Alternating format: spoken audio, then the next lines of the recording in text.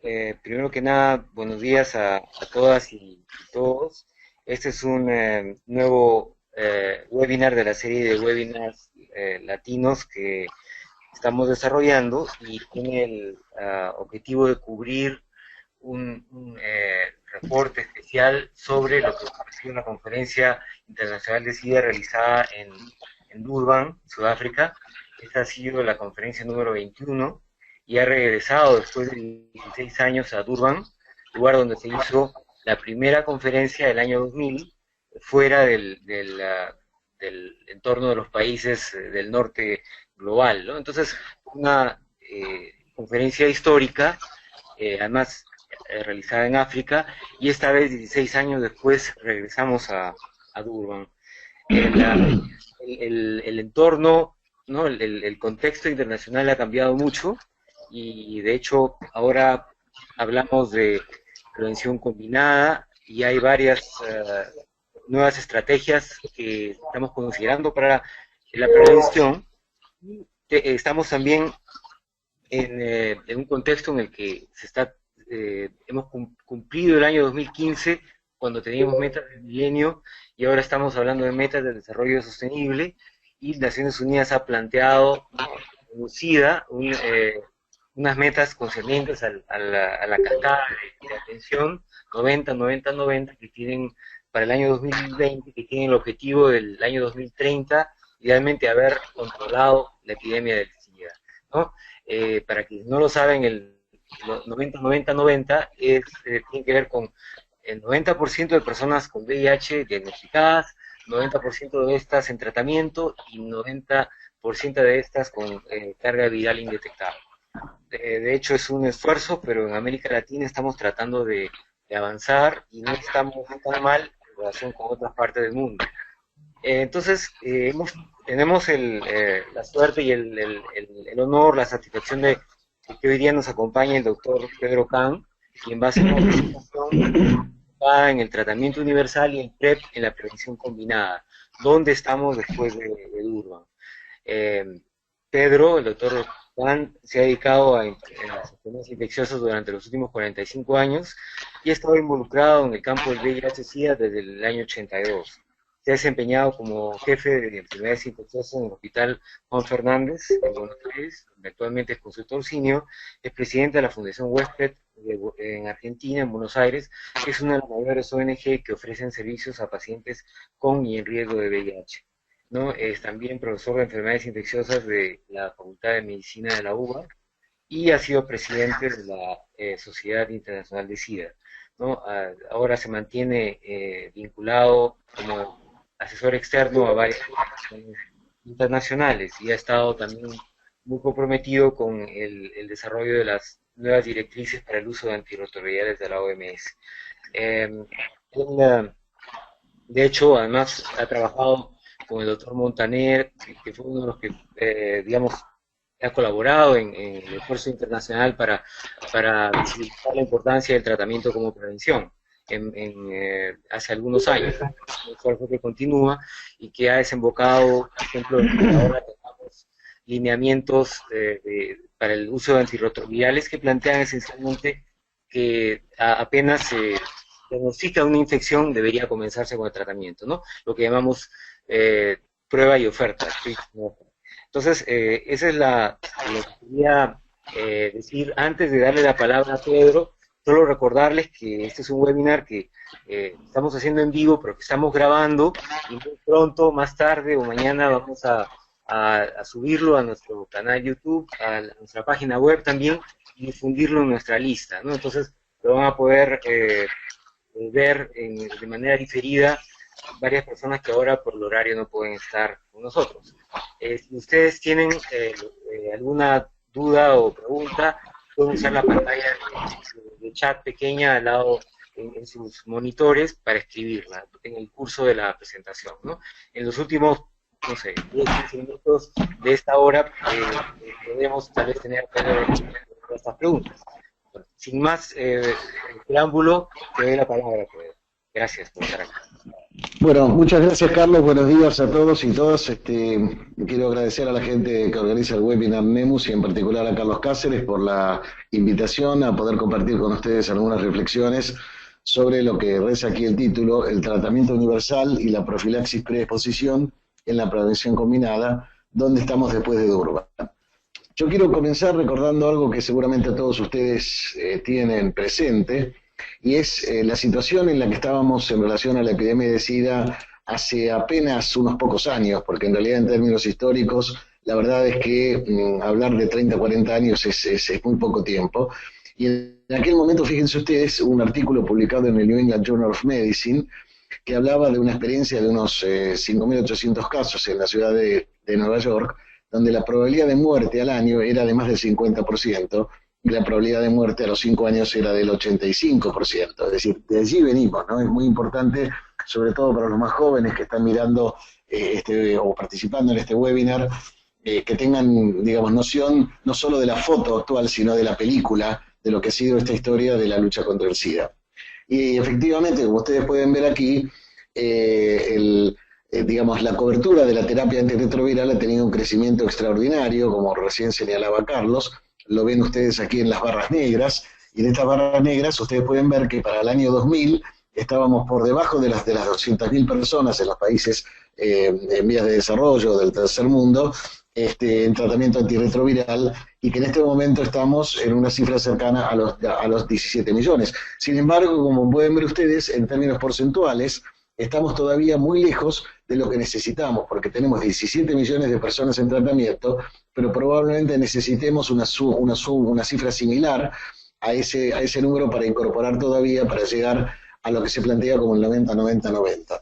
En la línea marrón que ustedes están viendo aquí, no sé si se dibuja también digamos, la flechita, pero ustedes pueden ver perfectamente cómo el número de muertes ha ido cayendo particularmente a partir del año 2006, que es cuando se le dio el mayor impulso a la expansión del tratamiento antirretroviral. Con esto lo que quiero decir es que el tratamiento antirretroviral salva vidas, esto está comprobado en múltiples estudios, y aquí yo simplemente les estoy mostrando el reporte que Naciones Unidas mostró en Durban en la reciente conferencia. Claro está que teníamos ya muchas evidencias en términos de las ventajas del tratamiento temprano para las personas. Aquí no hay solamente un beneficio del tratamiento como prevención, si bien ese es el tema uno de los temas que yo tengo que abordar en mi presentación, pero es muy importante tener en cuenta que además de la ventaja para salud pública, además de la ventaja de partir de la base de que quien no tiene HIV detectable difícilmente lo pueda transmitir, hay ventajas para el individuo. Este estudio, que es el estudio temprano, un estudio que se hizo en África y que fue presentado a comienzos del año 2015, muestra claramente que comparado con la estrategia de la Organización Mundial de la Salud, que en aquel momento era iniciar tratamiento por arriba de los 500 CD4, comparado con el tratamiento inmediato, independientemente de los CD4, en pacientes con más de 500, fíjense ustedes la reducción en la mortalidad, 44% de reducción, tanto en términos de mortalidad como de eventos severos para aquellas personas que iniciaban tratamiento en forma temprana. Claro que siempre estaban las personas que decían, bueno, las evidencias que tenemos son o bien evidencias ecológicas de cohortes, o bien lo que tenemos son evidencias de África. Entonces hacía falta un estudio que tuviera las características de ser un estudio internacional, preferentemente con participación de los Estados Unidos, que por alguna razón no demasiado clara es lo que le suele dar, digamos, credibilidad a los estudios clínicos. Creo que es una condición necesaria pero no suficiente, y que efectivamente lo que hicieron allí fue tomar un grupo importante de pacientes, en total unos 4.700, que fueron randomizados a iniciar tratamiento inmediatamente en el estudio START, o bien a diferirlo hasta que los pacientes tuvieran menos de 350 CD4. Bueno, rápidamente lo que ustedes pueden ver aquí es la diferencia en términos de eventos serios o muerte entre tratamiento inmediato versus tratamiento diferido. Es decir, que hubo una diferencia muy importante. La diferencia entre 4.1 y 1.8% que ustedes ven aquí, no hay que leerla como un 3%, sino que prácticamente estamos digamos, casi triplicando riesgo en aquellos pacientes en los cuales demoramos el tratamiento. O sea que el beneficio individual está absolutamente claro. Como les decía antes, hay, además del beneficio individual, el beneficio secundario del tratamiento como prevención. Como dice este cartel británico, si usted no tiene HIV, usted no lo puede pasar. Por eso lo mejor es mantenerse HIV negativo. Pero si somos HIV positivos y tenemos nuestra carga viral indetectable, efectivamente vamos a tener una chance mínima, muy cercano al cero, como les voy a mostrar enseguida, de transmitir el virus a otras personas. ¿Qué podemos hacer en términos de las estrategias de prevención combinada que mencionaba Carlos en su presentación? Bueno, lo que se ha venido intentando, estrategias para modificar hábitos sexuales, en términos básicamente de la promoción del uso del condón, la circuncisión, que funciona muy bien, sobre todo en áreas de alta prevalencia. Esto en África es una práctica que ha ayudado con una eficacia cercana al 50% en la reducción de la transmisión. La profilaxis preexposición, de la cual vamos a hablar enseguida, la profilaxis posexposición, que no abordaremos hoy, y marcado en un gris más clarito, porque todavía no tenemos datos suficientemente alentadores, la perspectiva de contar con microvicidas y vacunas. Pero evidentemente es el tratamiento antirretroviral el que efectivamente nos va a dar la respuesta a través del tratamiento como prevención y del uso preventivo de las drogas antirretrovirales en las estrategias de PrEP. ¿Esto es nuevo? Bueno, más o menos. Yo acá le puse noticias de ayer. Si ustedes ven, este es un estudio publicado por Tom Quinn en el año 2000 en el New England Journal of Medicine, en el cual mostraba que la posibilidad de transmisión entre parejas heterosexuales era muy alta si la persona infectada en la pareja tenía más de 50.000 copias, y era nula prácticamente si tenía menos de 400 copias. Y la verdad que en aquel momento nosotros miramos ese estudio, al igual que mucha gente, y dijimos qué interesante el estudio del Dr. Quinn, pero no sacamos la conclusión inmediata que sí sacó Julio Montaner, como también mencionaba Carlos, en el año 2006, cuando él dijo, si esto es así, lo que tenemos que hacer es tratar a todo el mundo para que menos gente esté en condiciones de transmitir. Y las noticias son también de hoy, porque si ustedes ven esta lámina, que es de una publicación del año 2012, demuestra que la infectividad por cada acto sexual está directamente vinculada, y más que directamente está en una escala logarítmica vinculada, con la carga viral. Entonces, con un logaritmo 5, que son 100.000 copias, o un logaritmo 6, que es 1.000.000 de copias, estas son las tasas de infectividad, y compárenlo con el hecho de tener 10.000 copias, tener 1.000 copias, o tener 100 copias o menos. Efectivamente, las posibilidades de transmisión dependen de cada logaritmo que se incrementa en el plasma, la carga viral, vamos a tener un riesgo de transmisión de casi 3 veces más. Por supuesto que el uso de los condones reduce el riesgo por acto sexual en un 78%, de modo tal que no estamos diciendo tomen antirretrovirales y no usen condones. Lo que estamos diciendo, tomemos antirretrovirales a aquellas personas que son HIV positivas, pero al mismo tiempo no dejen de usar condón. Y en realidad, la primera evidencia que los antirretrovirales podían salvar vidas surgió de un estudio que se hizo en mujeres embarazadas. Las mujeres embarazadas, en aquella época contábamos con AZT solamente como para hacer este tipo de ensayos. Piensen que se publicó en noviembre del 94, pero empezó bastante tiempo antes.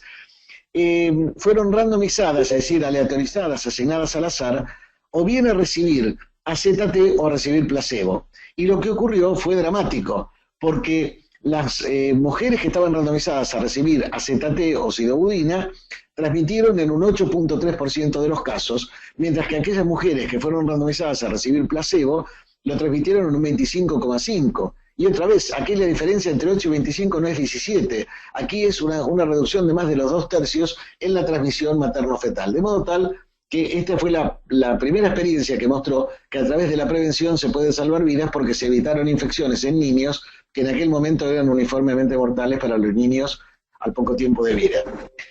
Y luego apareció este estudio que tiene que ver con el tratamiento como prevención, pero este ya fue un estudio randomizado, prospectivo, hecho en Estados Unidos, como decíamos antes, en la cual lo que se hizo fue randomizar a los pacientes a recibir tratamiento inmediato, siempre con parejas serodiscordantes, o bien tratamiento diferido. Y fíjense ustedes qué interesante, hubo 39 transmisiones, de las cuales efectivamente 4 fueron en la rama inmediata, y 35 en la rama diferida. Pero lo interesante de esto es que ustedes siguen mirando acá en la lámina que las transmisiones ligadas fueron 28 y las no ligadas fueron 11. ¿Qué quiere decir transmisión ligada?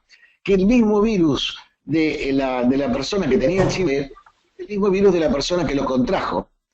Cuando aquí, en estos 11, decimos que no es el mismo virus, es porque efectivamente allí, además de la pareja, había un tercero o una tercera, digamos, un cuarto o una cuarta persona. Yo tenía un profesor de enfermedades de transmisión sexual que solía decir que para que haya una ITS tenemos que ser por lo menos 3. Si somos siempre 2, no hay una ITS, pero si somos 3, 4, 15, efectivamente el riesgo se incrementa. Y como pueden ver aquí, en las transmisiones ligadas, que es lo único que puede proteger el tratamiento como prevención, tuvimos 27 en la rama que no inició tratamiento y una sola en la rama que sí lo inició y que en realidad era un paciente que estaba probablemente en etapa de cero conversión en el momento en el que entró en el estudio, por lo tanto la eficacia está entre el 96 y el 100%. Y no los quiero aburrir mucho con los números, pero ustedes pueden ver aquí que la reducción de las transmisiones ligadas fue del orden del 93%. Es decir, que es realmente importante ver que no se observaron transmisiones del caso índice hacia la pareja, transmisiones ligadas, es decir, del mismo virus, cuando el participante índice, o sea, el participante que tenía HIV, estaba establemente suprimido en su tratamiento antirretroviral, de modo tal que la eficacia ha quedado claramente demostrada. Por si faltaba poco, en el año 2014 se presentó un estudio que mostró las tasas de transmisión en parejas serodiscordantes, que la característica que tenían era que para ingresar en el estudio tenían que ser parejas que sistemáticamente no utilizaran preservativo. Y fíjense ustedes, sexo heterosexual, cuando el hombre está infectado, sexo vaginal con eyaculación, tasa de transmisión 0. Transmisión de mujer a hombre con sexo vaginal, tasa de transmisión 0.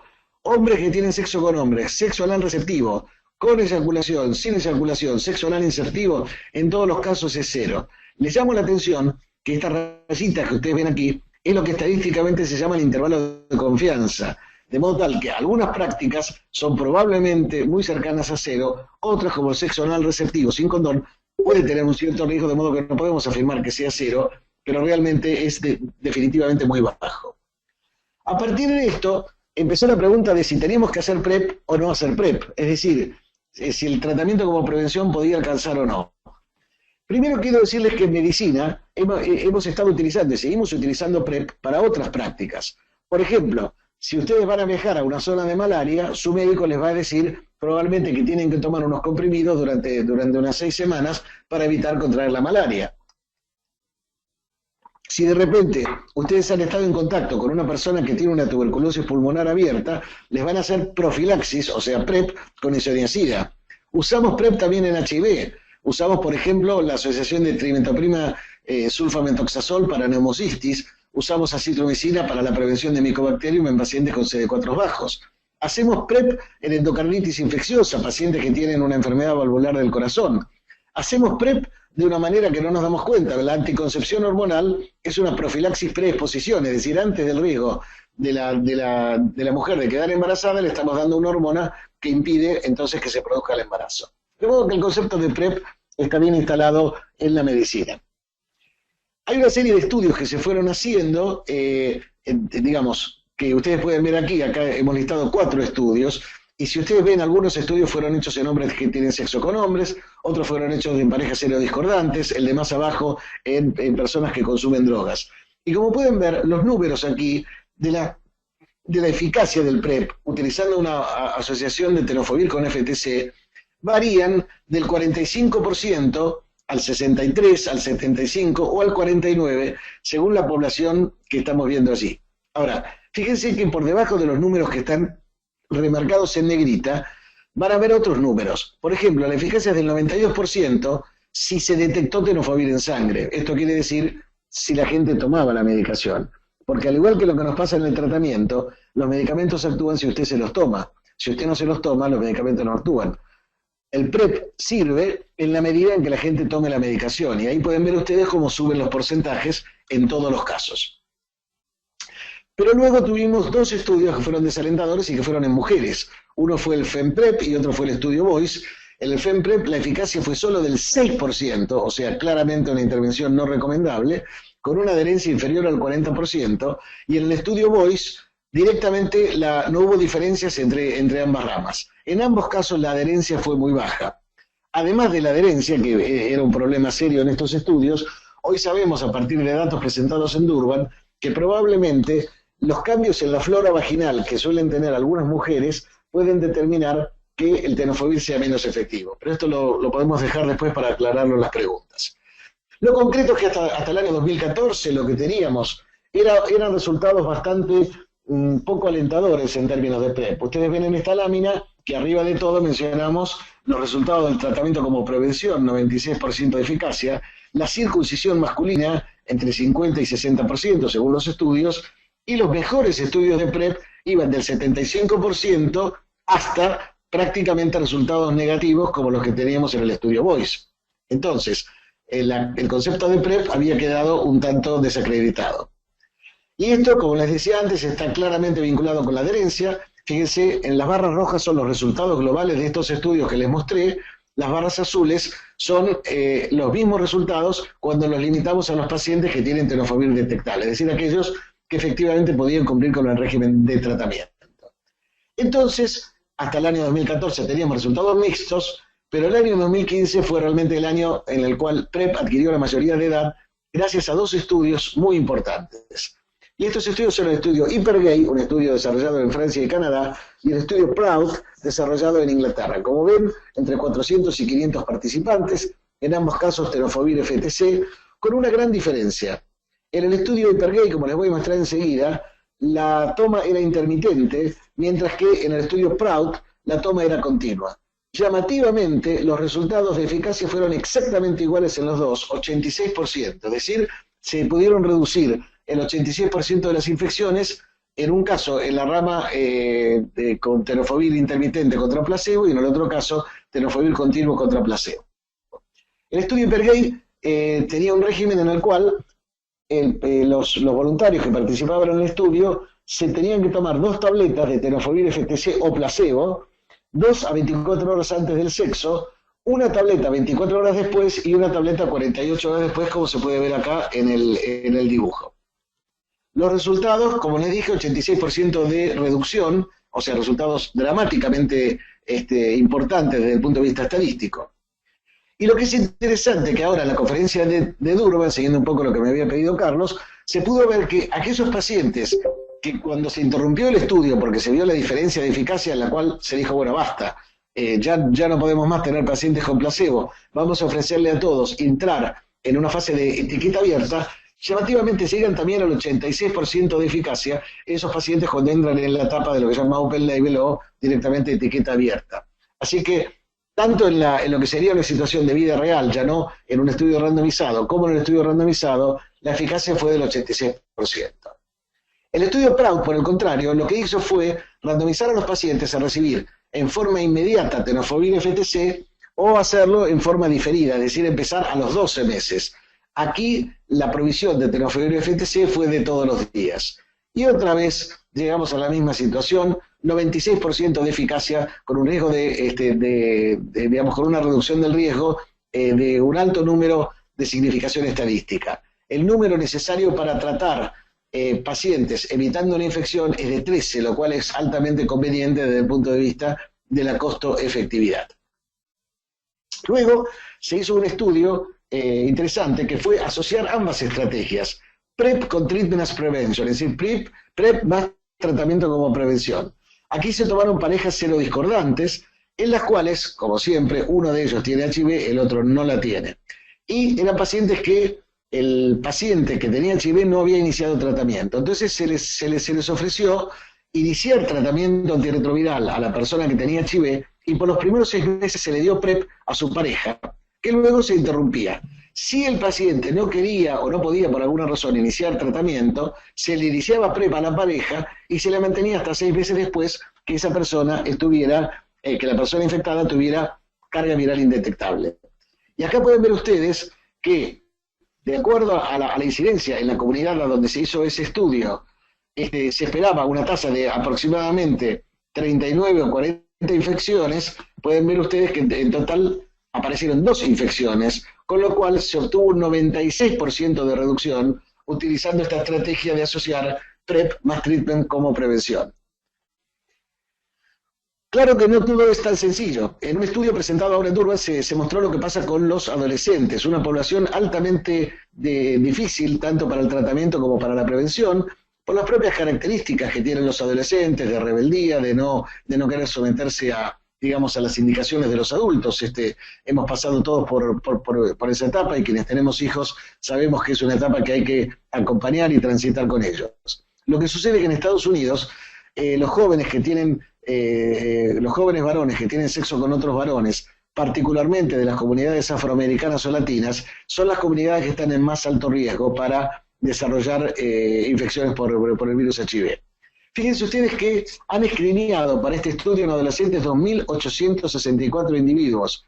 Por distintas razones, muchos no fueron elegibles, pero muchos tampoco quisieron participar. Y finalmente pudieron enrolar 79.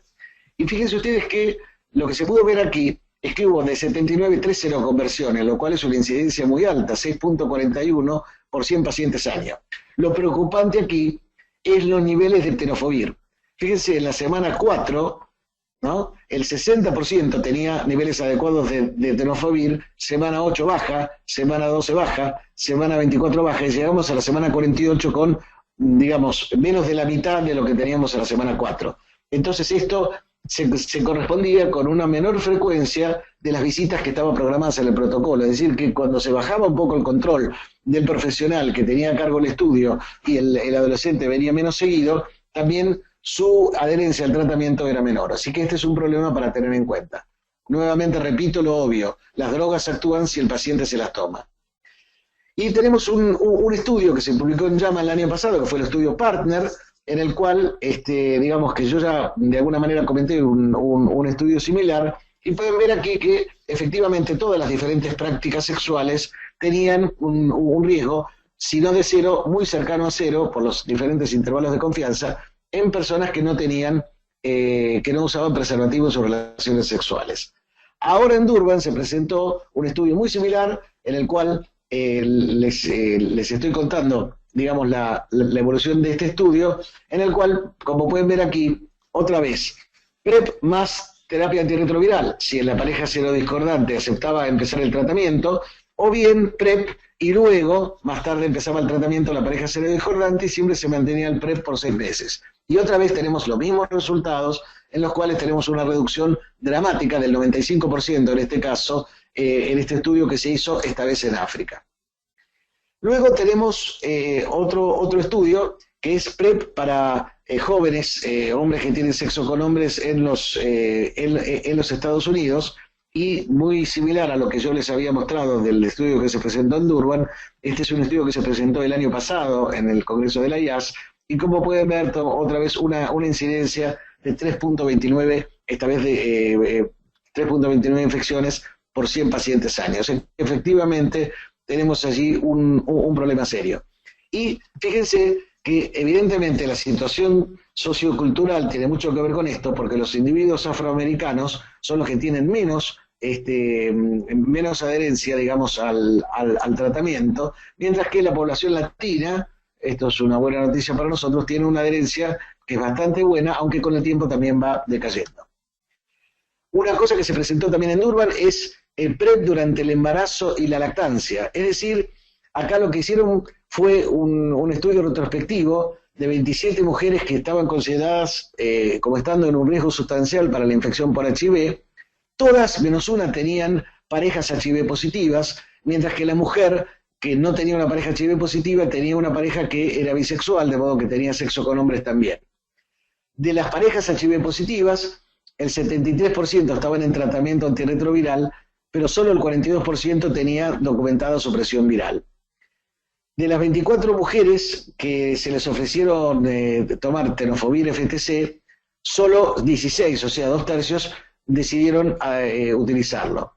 Y bueno, las mujeres reportaron algunas dificultades para mantener adherencia, 1/3 citaron efectos colaterales, Dificultades sociales, otra vez el estigma y la discriminación vuelven a estar en el medio, digamos, complicándonos la tarea, porque todo lo que sea estigmatizante, todo lo que genere discriminación, todo lo que obliga a las personas que están en contacto con antirretrovirales a ocultarse de alguna manera, generan dificultades en este sentido.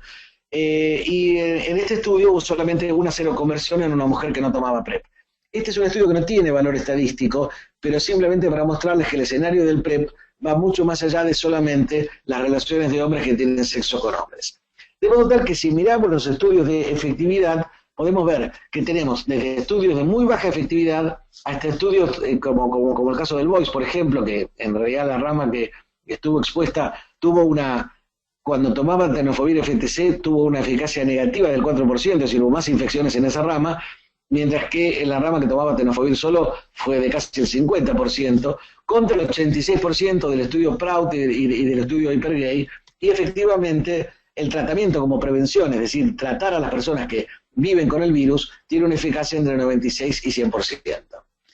La parte que tenemos que tener cuidado es que no todo es gratis, no me estoy refiriendo solo al costo, sino a lo que son eventos adversos. Son no muy frecuentes, pero hay que tenerlos en cuenta. 2% de los pacientes tuvieron elevación de la creatinina, un 4% tuvo cefaleas, un 2% náuseas, un 2% pérdida de peso, y salvo en el caso de las cefaleas, en todos los demás, estos resultados adquirieron significación estadística.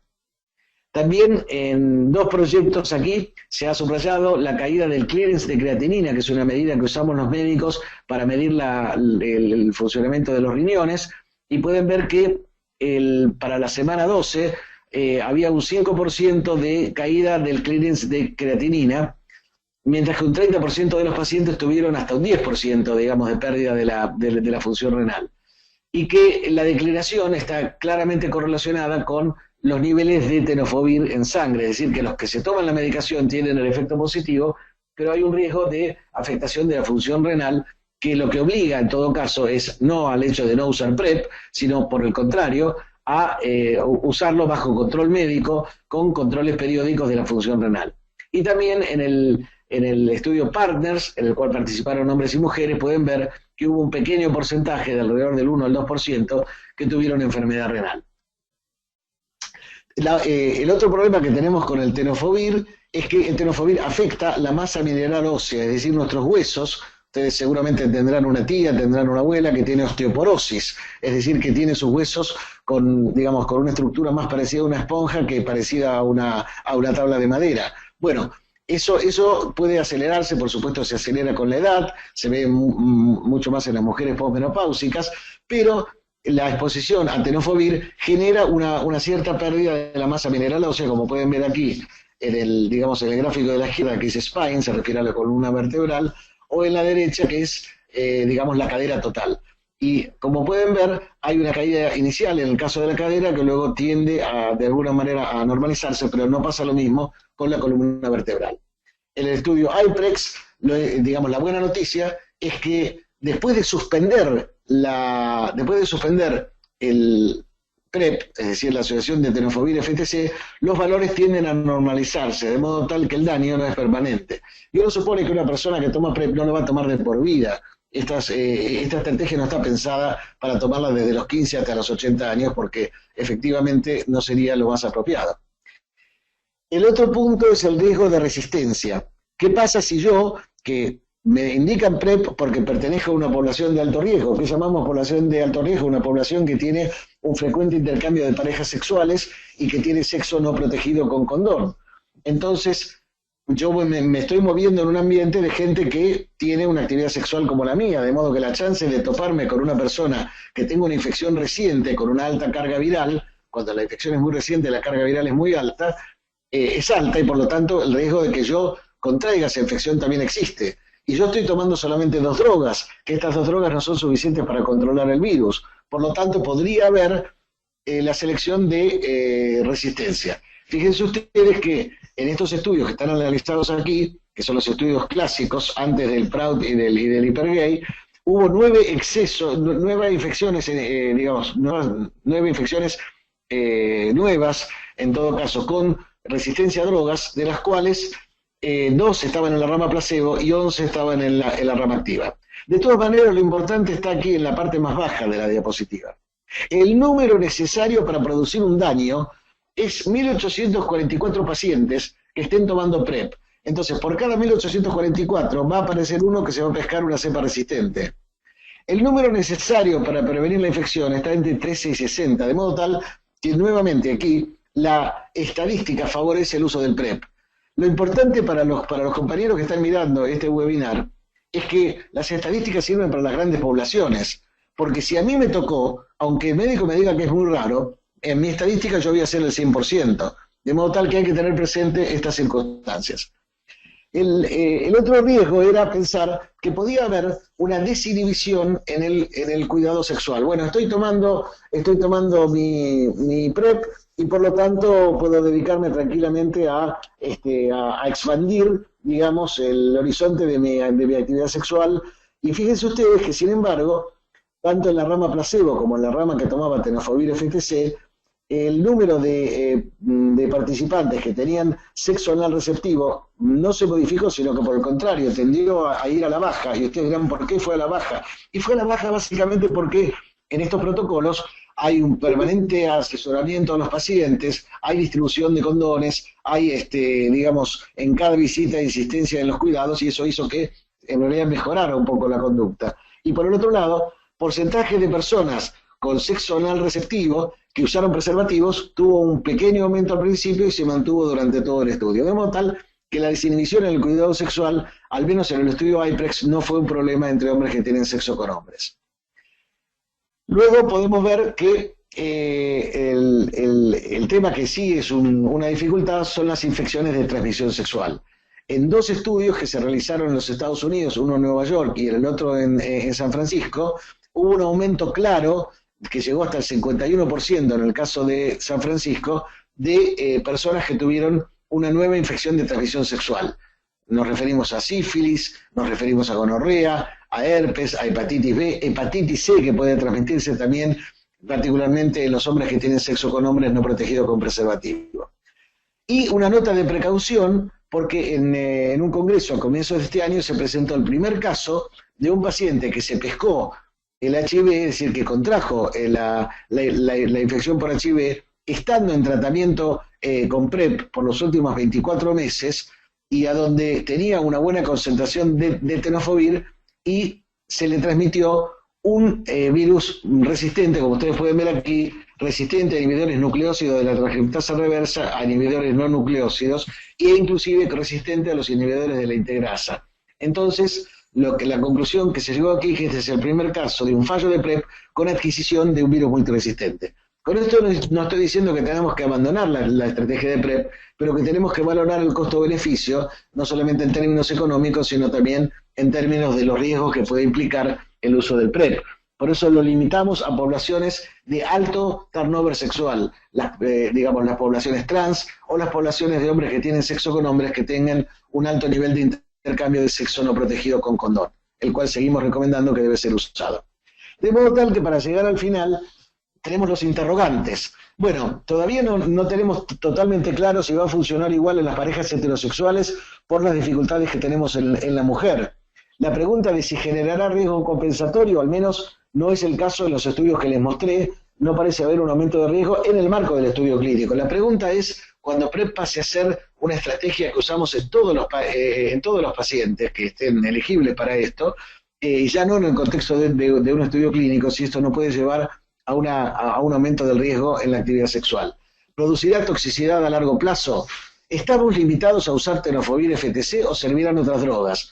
Nosotros estamos próximos a participar en un estudio donde van a participar también otros centros de la región con una droga que se llama cabotegravir, que es un inhibidor de la integrasa inyectable, una formulación de larga vida media que por ahí podría ser una alternativa. ¿Podremos tener resistencia? ¿Podremos tener infecciones que en vez de manifestarse clínicamente como primoinfecciones, con un síndrome con fiebre, con un ras cutáneo, con ganglios, queden ocultas por la presencia del tenofovir FTC? ¿Cómo es el costo de oportunidad en términos de la asignación de recursos económicos en países como los nuestros que siempre están limitados? El dinero que pongo en PrEP, dejo de ponerlo en qué otra cosa de salud pública. Y claramente no es ya una pregunta si es una recomendación generalizada o debe ser solo limitada a poblaciones claves. Yo creo que tiene que estar limitada claramente a poblaciones claves y no indicada para personas que tengan sexo ocasionalmente o que usen sistemáticamente preservativos. De modo que las cuestiones pendientes son la aplicabilidad en la práctica, cómo hacemos la traslación de aquello que tan bonito nos muestran los estudios clínicos a la vida real, el punto de si esto se va a vender libremente o se va a vender bajo control sanitario o se va a distribuir desde los programas en forma gratuita. Como les decía, el riesgo de compensación en la actividad sexual, el tema de resistencia, la toxicidad, el tema de las nuevas drogas, cómo hacemos para que la adherencia de los tomadores de PrEP, que son personas que no viven con HIV y sin embargo van a tomar una medicación antirretroviral, efectivamente lo puedan cumplir con un porcentaje suficiente como para sentirse cubiertos, y el tema del costo y la financiación, a donde tenemos que ver quién va a poner el dinero para esto. Y vuelvo entonces al comentario que había hecho en su momento Carlos. Estamos en una era en la cual podemos avisorar para el año 2030 un control de la epidemia, siempre que seamos capaces de detectar al 90% de las 37 millones de personas que viven con el virus, que el 90% de estas estén diagnosticadas para el año 2020, que para ese mismo año el 90% de las anteriores tengan carga viral, estén digamos, en tratamiento antirretroviral, y que el 90% de estas tengan una supresión virológica completa, lo cual nos lleva a que el 73% de la población viviendo con el virus tendría que tener carga viral indetectable. Si esto fuese posible, para el año 2030 la epidemia de SIDA estaría controlada. Eso no quiere decir que no tendríamos más personas viviendo con el virus. Por suerte, las personas viviendo con el virus, como vimos al principio, viven un largo periodo. Y tampoco quiere decir que no tendríamos nuevas infecciones, pero su número sería tan bajo que dejaría de ser un problema de salud pública. Y acá les quiero mostrar que efectivamente todavía estamos llegando muy tarde en el inicio del tratamiento. Si bien hemos mejorado desde el año 2004, y los invito a ver particularmente la línea verde, que es la que comprende nuestra región, América Central y Sudamérica, observen que en el año 2004 los CD4 de arranque de nuestros pacientes estaban en 150 y en este momento están ligeramente arriba de los 200. Estamos muy lejos todavía de empezar el tratamiento en forma oportuna. En mi práctica, por ejemplo, en el Hospital Fernández de Buenos Aires, el 30% de los pacientes que inician tratamiento antirretroviral lo hacen con menos de 200 CD4 y o con una enfermedad oportunista. Finalmente, el tratamiento como prevención. En ausencia de vacuna y de cura, dos circunstancias que se están trabajando pero no las tenemos, sabemos que el tratamiento precoz previene la enfermedad y la muerte y reduce los gastos. El tratamiento como prevención, como señalaba Carlos Cáceres al principio, debe formar parte de un paquete de medidas de prevención. Para eso tenemos que facilitar el testeo, levantar las barreras al testeo, terminar con todos los formularios y papelerías digamos que son realmente barreras para que la gente pueda acceder libremente a testearse, combatir fuertemente el estigma y la discriminación, que son barreras para el testeo, fortalecer los sistemas para garantizar que una vez testeada una persona quede retenida en el sistema, recordar que el PrEP puede ser útil en las poblaciones seleccionadas, las poblaciones claves, que el tratamiento como prevención es la herramienta más poderosa para reducir nuevas infecciones, y que si somos capaces de acercarnos al año 2020 con la estrategia del 90-90-90, para el 2030 el SIDA puede dejar de ser un problema de salud pública. Y compañeros, eso depende de lo que hagamos todos juntos en dirección a terminar con esta pesadilla que ha sido la epidemia del SIDA en el siglo XX y en el siglo XXI. De modo tal que hay que hacer lo que hacen en muchos lugares, que es una publicidad, es decir, un estímulo para que las poblaciones claves se acerquen a recibir, digamos, las pastillas de PrEP. Hay que promoverlo, hay que proponerlo, hay que explicar los beneficios y también los riesgos, pero fundamentalmente promover que todas las personas se testeen para poder saber si tienen HIV. Si tienen HIV, inicien el tratamiento. Si no tienen HIV y pertenecen a una población clave de alto riesgo, inicien el PrEP. Muchas gracias por la atención y con mucho gusto voy a contestar las preguntas que pueda haber por allí.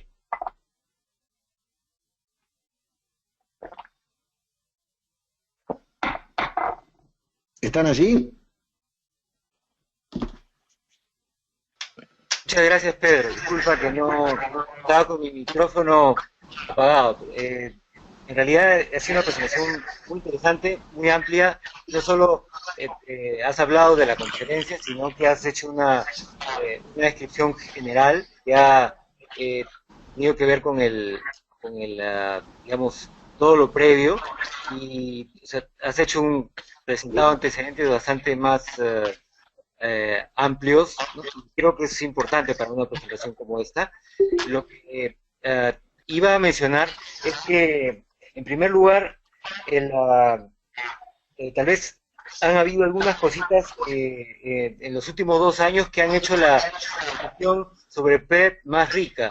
En los últimos, tal vez un poco antes, hubo una especie de consideración de que PrEP y tratamientos como prevención eran como alternativas que competían una con la otra, ¿no? Cuando en realidad eso definitivamente no tiene por qué ser así, porque en principio en el marco de un modelo de prevención combinada, ambos cumplen una función.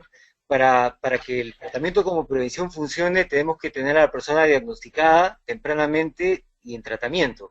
Uno de los problemas más serios que existen en nuestra región es justamente que el diagnóstico es tardío por ejemplo, nosotros hemos hecho hace poco una estimación en el caso de la población HCH en Perú, cuántos de los que tienen VIH, digamos, lo conocen, cuántos, o sea, un poco la cascada, y hemos llegado a la conclusión de que aproximadamente solo un 13% de quienes pueden tener VIH de HCH y trans están viralmente suprimidos, es lo que significa que el tratamiento como prevención en ese grupo en particular no funciona, ¿no? Entonces, creo que es muy importante tener en cuenta que va a funcionar para el tratamiento personal, para de repente un grupo de las parejas y un grupo de las personas que sí, pero para quienes no se diagnostican tempranamente no. Mientras que PrEP puede tener un papel en el caso de sexo anónimo, donde no se pregunta sobre la situación serológica de la otra persona, y bueno, en fin, por eso es que en los estudios, como los mencionados en Inglaterra y en Francia, ha habido aparentemente un éxito tan grande, ¿no? Dos poblaciones educadas, donde la gente sabía lo que quería, no hay compensación de riesgo porque esa gente que ha accedido al PrEP no usaba condón. Ya hay mucha gente que no usa condón y que, hay que ser francos, no lo va a usar. No sé, viendo cómo ha evolucionado el uso del condón en la comunidad gay o de hombres que tienen sexo con hombres, hay personas que no tienen posibilidad porque no les gusta, porque no lo manejan bien, no van a usarlo, ¿no? Entonces, creo que tenemos que tener un contexto que nos permita, digamos, ofrecer una combinación de oportunidades a las personas, ¿no? Y finalmente, el PrEP, según la norma de la OMS, no solo se ofrece a HCH y trans, sino a toda persona en riesgo sustancial, porque la mayor parte de lugares fuera de África corresponde esto a población HCH y trans, en algunos casos a trabajadoras sexuales, y de hecho tenemos finalmente que el PrEP se usa mientras la gente se mantiene en riesgo. Cuando el riesgo de una persona en particular, digamos, baja porque tiene una pareja, porque, digamos, ya quiere pasar a otra cosa, probablemente es momento de dejar, ¿no? Entonces, como que algunas ideas que pueden ser importantes para, de alguna manera, plantear esta diversidad. Y lo de ITS, tienes toda la razón y es algo que está definido como un riesgo real y creo que es importante que todo programa que incluya un componente de PrEP debe utilizar más bien el seguimiento de PrEP con pruebas de VIH periódicas como un momento en el cual también testar para ITS, porque tienen que ir ambas cosas juntas y es como mejorar el abordaje de dos temas, ¿no? Pero en fin, es un poco, hemos venido viendo estos temas en estos webinars, ir un poco algunas ideas que era importante plantear, obviamente, si tú tienes otras opiniones que aportar, con todo gusto, pero solo quería comenzar planteando preguntas, tres preguntas que han hecho el, ah, el público, ¿no? Una, hay más preguntas. Una es de Giseli, que ha planteado que tenía algo de dudas respecto a la interferencia entre anticonceptivos, ¿no? En general, hormonas femeninas y el uso de PrEP, y eso también es algo que Gino planteó en términos de las personas trans que usan hormonas femeninas, ¿no? Si es que hay alguna implicancia en esto. Es un par de preguntas relacionadas, no sé si tienes algo que mencionar. Bueno, ¿me escuchan? Sí, sí. Bueno, a ver, efectivamente los anticonceptivos pueden tener interacciones con otros antirretrovirales, pero no tienen interacción conocida con tenofovir y FTC, de modo tal que la terapia hormonal no es una contraindicación para usar PrEP. Ujú. Ok. Ahora, pero digamos, no es una contraindicación, pero ¿hay algún impacto del uso de hormonas en la efectividad de PrEP o no? No, no que yo sepa, ya te digo, con las mujeres el tema que tenemos es que cuando, a ver, la flora normal que hay en la vagina es un germen que se llama Lactobacillus acidophilus. Cuando está la flora normal, la eficacia del PrEP es muy alta. Cuando esa flora se ve reemplazada por otro tipo de gérmenes, como puede suceder, digamos, con alguna frecuencia, allí la efectividad cae más de un 60%, pero no tiene que ver con las hormonas hasta donde yo conozco. Ok. Hay una pregunta de Javier Arellano de México. Recientemente en una charla que escuchó, se dijo que el PrEP puede ser útil para prevenir la infección por virus hepatitis C, ¿no? Y querías saber si había algo al respecto, ¿no? No, no hay, hasta donde yo sé, no hay ninguna experiencia de PrEP para hepatitis C. Por otra parte, esto sería claramente no costo efectivo porque el costo de las drogas de hepatitis C es enorme. Ustedes saben que son costos altísimos. Lo que sí, en todo caso, puede haber escuchado es que hepatitis C puede ser otro caso de tratamiento como prevención. Porque otra vez, si nosotros, y con una gran diferencia, que es que hepatitis C es una enfermedad curable, cosa que el HIV es solo tratable pero no curable. Al día de hoy, un paciente virgen de tratamiento con un genotipo 1, que es lo más frecuente, con 12 semanas de tratamiento, es decir, apenas 3 meses, puede curar su hepatitis C. Y en la medida que la curó y le bajó la carga viral a niveles indetectables y desapareció en realidad la carga viral, porque aquí hay cura, no va a transmitir. Entonces, tratamiento como prevención para hepatitis C, sí. PrEP, no. Ok. Bien. Tenemos una pregunta de César Galindo, de Guatemala, que nos dice, quería comentar que nosotros tenemos un pequeño proyecto de PrEP en HCH, pues que son personas que no usan condón, y fue la principal razón para usar PrEP, y han aumentado su adherencia a los controles, o sea, están usando PrEP con una adherencia importante a las citas para chequear el serostatus VIH y la presencia de otras ITS, ¿no? Son los más adherentes de la clínica de ITS de la ciudad de Guatemala y tenemos el reporte de una ITS, a pesar de que todos reportan fuerte actividad sexual con múltiples parejas, ¿no? Un poco, o sea, es una de las primeras experiencias de las cuales yo escucho en América Latina, de una clínica comunitaria en este caso, que ya está ofreciendo PrEP de manera concreta, ¿no? En varios lugares hay uso incluso automedicado de PrEP, lo que se ha visto en otros lugares por la ausencia de la droga, pero digamos, es un comentario que en Argentina se está usando PrEP, Pedro.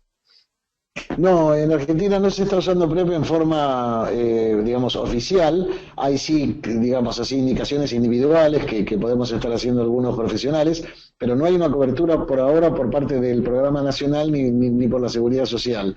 Lo que vamos a iniciar, como te dije, es un proyecto de uso de PrEP con cabotegravir, que es esta medicación inyectable, que es parte de un proyecto más grande, que es el HPTN 083, organizado por el Instituto Nacional de la Salud de los Estados Unidos. Ujú. Tú presentaste un dato en tu presentación respecto de personas que usaban, o sea, en África el uso simultáneo de PrEP y tratamiento en la pareja serodiscordante, un uso diferido de tratamiento, comenzando primero con PrEP, ¿no? Luego planteaste un efecto importante, pero ¿se refería a la comparación con las dos formas de administración o se refería a comparación con el no usar nada? No, no, no, no, en absoluto. Lo que era simplemente que en vez de limitarnos a hacer tratamiento como prevención, es decir, darle antirretrovirales a la persona que tiene el virus, acá se hacía una estrategia combinada, tratamiento como prevención más PrEP a la persona no infectada. Entonces, y esto se mantenía por 6 meses, y con esto, digamos, es una forma de, digamos, de combinar, como tú decías al principio, las estrategias de prevención, ¿no? Así es. Porque en realidad, en general para nosotros ha sido muy difícil salir del modelo de prevención igual con ¿no? y cambio de comportamiento, pero creo que uno de los motivos para hacerlo ha tenido que ver con que había un divorcio creciente entre lo que la gente estaba haciendo y lo que nosotros estábamos asumiendo que la gente hacía, ¿no? Lo que nosotros seguíamos diciendo, ¿no? Y en realidad es claro que en la cultura gay internacional había una caída del uso de condón muy, bueno, bastante pronunciada. Y eso probablemente es irreversible. No quiero ser tremendista, pero considerando lo difícil que fue implantarlo y el hecho de que ahora la gente lo hace y no hay un impacto muy grande, entonces probablemente va a ser una tendencia que va a continuar. Más bien, el tema es que ya la gente combina digamos, los elementos de toma de decisión, incluyendo, por ejemplo, el hacerse pruebas constantemente. Bueno, aunque no es una estrategia que nadie recomienda, pero es algo que la gente hace, es un poco medir con quién usa o no usa, o sea, el serosorting, ¿no? Las prácticas seroadaptativas. Entonces, un poco en ese contexto, tal vez digamos, tiene sentido que el uso perdón, la prevención ya es como termina siendo una estrategia un poco más común según la situación de cada persona. Es difícil de comunicar, pero probablemente la sofisticación a la cual está llegando espontáneamente la comunidad hace que también el sistema de salud tenga que tener un discurso que sea compatible, porque si no, estamos en dos mundos diferentes, ¿no? Un poco un comentario, ¿no? Y el último tema, el costo, de hecho, es una preocupación seria en nuestros países. Definitivamente tú debes estar al corriente, Pedro. En Inglaterra ha habido todo un problema porque el sistema de salud británico no ha querido asumir el costo de PrEP, incluso para los participantes de PROUD, del estudio, mientras que el gobierno francés sí está dando PrEP a todo el mundo, ¿no? Entonces hay como una especie de contraste entre Inglaterra y Francia en la política adaptada en cuanto a esto. Aunque es cierto que ellos siguen pagando un trubada que es carísimo, mientras que acá, felizmente, en América Latina, hay varios canales de acceso a genéricos, incluso la OPS ha considerado, ya lo ha ofrecido a un precio menor a $100 por año, ¿no? Entonces, un poco son las complejidades del mercado, de la industria farmacéutica, que en realidad es un factor que va más allá de lo que nadie quiere, porque estamos hablando de un factor comercial, ¿no? Pero, en fin, el tema de los costos es un tema complejo, pero tiene que ver con un problema mayor, ¿no? Que es quién paga por la salud y qué es lo que rige los costos de la salud en nuestros países, ¿no? En fin, no sé si tú tienes algún comentario, perdón, ¿hay una pregunta última o no? Sí, acá veo que dice, los estudios epidemiológicos de segunda generación en Centroamérica han demostrado que el uso consistente del condón en HSH es menor del 50%.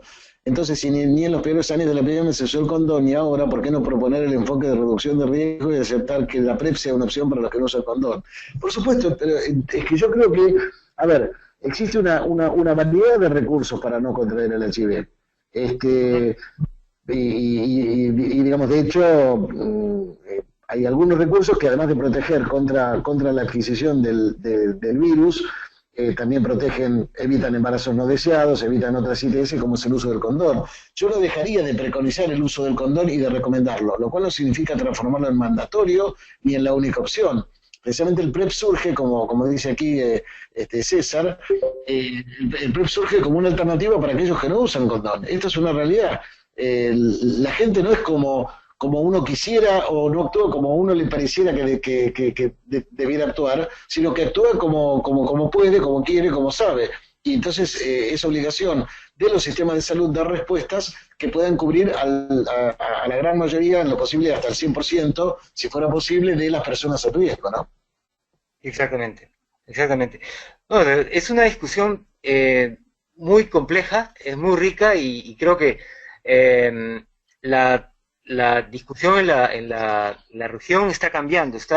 De hecho, yo he visto en el último año, por lo menos, un cambio pronunciado porque la gente se ha enterado más, ha tenido ocasión de discutir más. Y creo que, además, lo ideal es también poder utilizar instrumentos como el modelamiento matemático para ver la contribución de distintas posibles estrategias. Obviamente hay que tener buenos parámetros, pero nosotros hemos hecho un ejercicio con modelamiento matemático y ojalá que en la región se usa y se propugna un mayor uso o la introducción de PrEP en el marco de prevención combinada, se pueda tener estos instrumentos de modelamiento matemático. En fin, creo que hemos completado la hora y no queríamos tomar más de tu tiempo, y también hay personas que tal vez tienen otra cosa que hacer, por eso quería solo agradecerte mucho porque creo que ha sido un webinar muy útil. Felizmente está grabado y lo vamos a compartir y creo que, bueno, vamos a seguir, esperamos contar en el futuro, un futuro muy lejano, tenerte nuevamente viendo otro tema que sea de interés para este público. Muchas gracias por estar con nosotros y muchas gracias a todos los participantes. ¿Okay? Al contrario, gracias, ha sido un placer para mí y gracias a todos por permanecer durante la hora de esta charla. A disposición para el futuro. Gracias, Pedro. Hasta luego. Un abrazo. Adiós.